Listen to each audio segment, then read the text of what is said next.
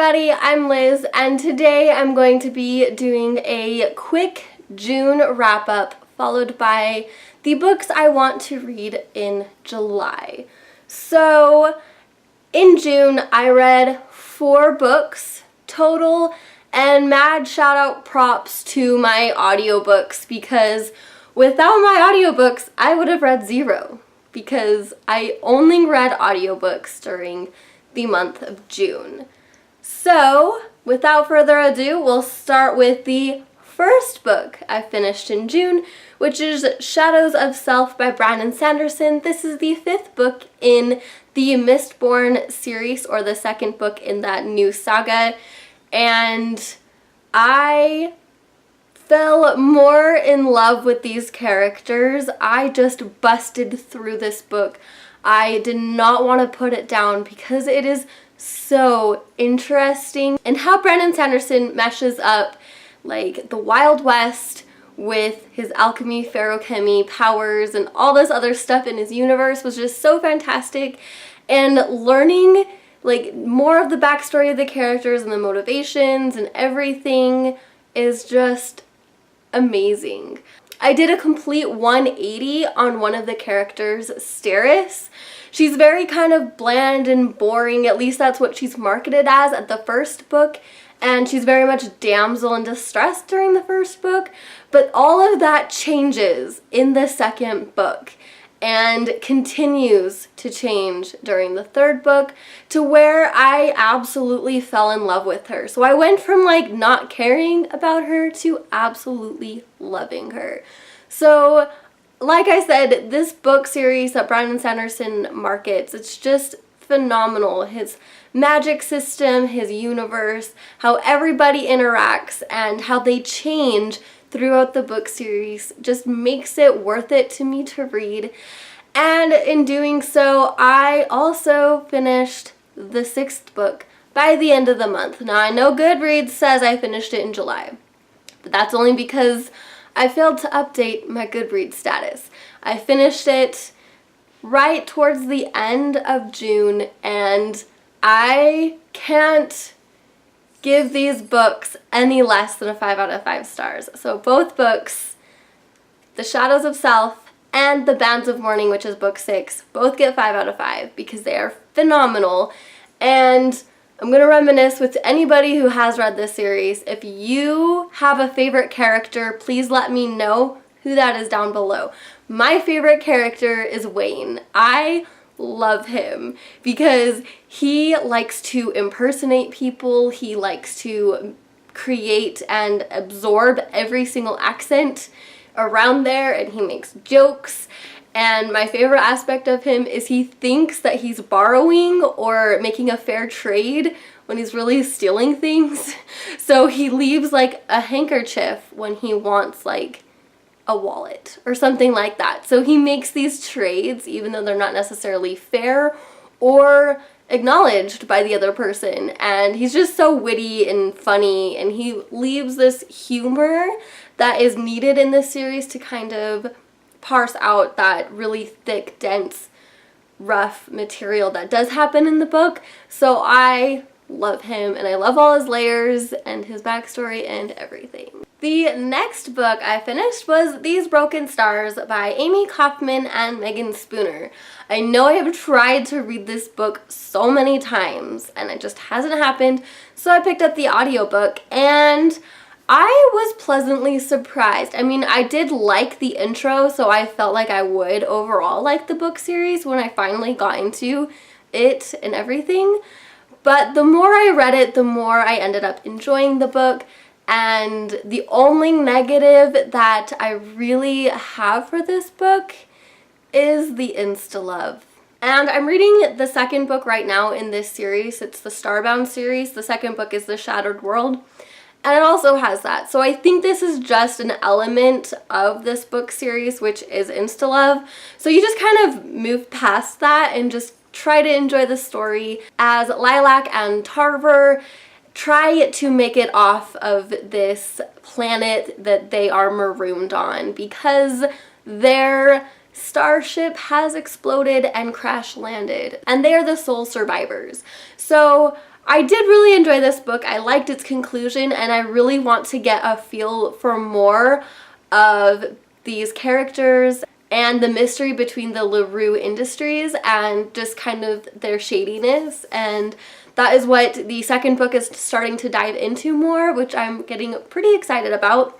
So all in all, I did enjoy this book, and I did have to knock it down some points because of the insta-love. It gets a little tedious and annoying because I know that it's not really insta-love, it's insta-lust, and you have to kind of differentiate the two, and this book failed to do that. So I'm giving it still a solid 4 out of 5 stars. And the last book, because I already talked about the Bands of Mourning, is Leah on the Offbeat by Becky Albertalli. This is her second book in her Creekwood series, which the first book is Simon versus the Homo sapiens Agenda.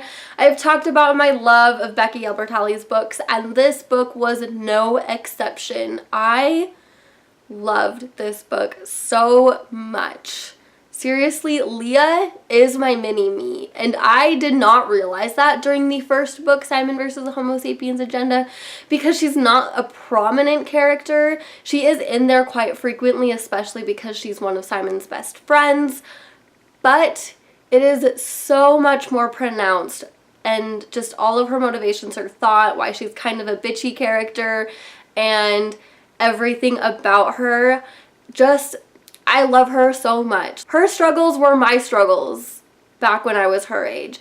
So Leah is a bisexual character. She is in the closet with all of her friends and her classmates. She feels like she missed the mark because she didn't come out when Simon came out last year. Now they're in their senior year of high school. She wants to tell her friends, but she doesn't know how to. She doesn't know how to go about it, and she starts developing these feelings for a girl, and she's not quite sure what to do with it.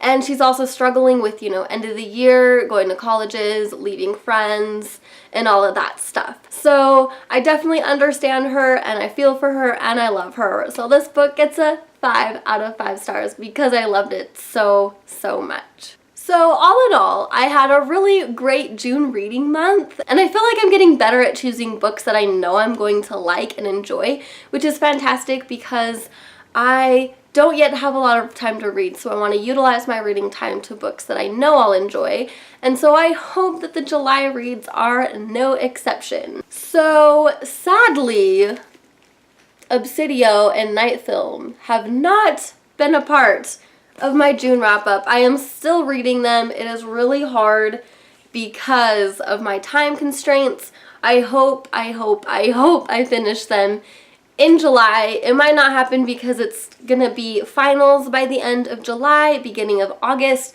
so we'll see about the time crunch.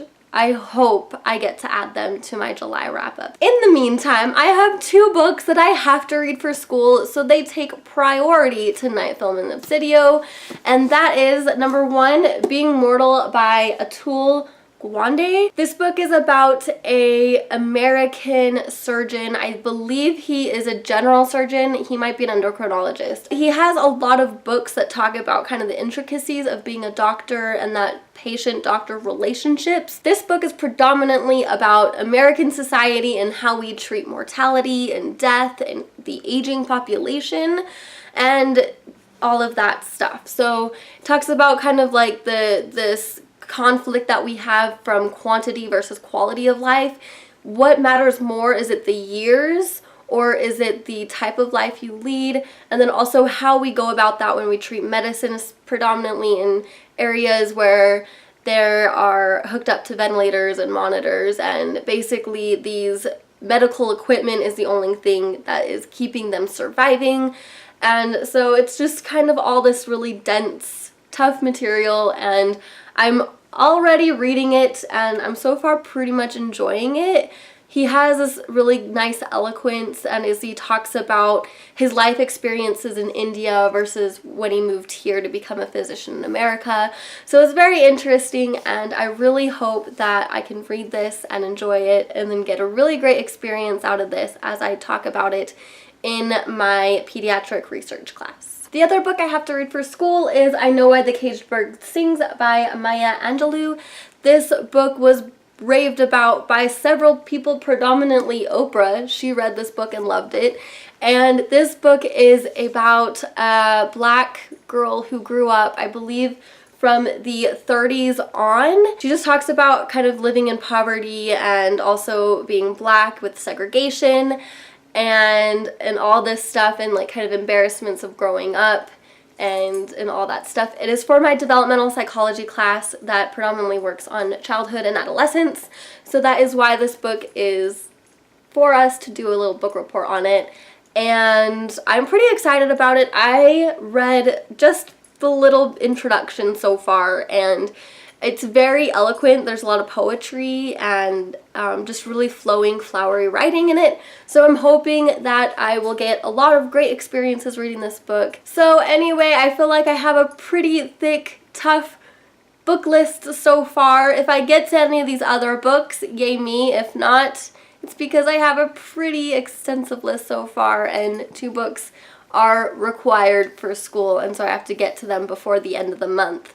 So anyway, please let me know in the comments down below what books you read in June, what books you plan on reading in July, and if you have read any of the books I've talked about, please let me know your thoughts and feelings down in the comments below, and I hope to see you in my next video. Anyway, until next time, love you, bye!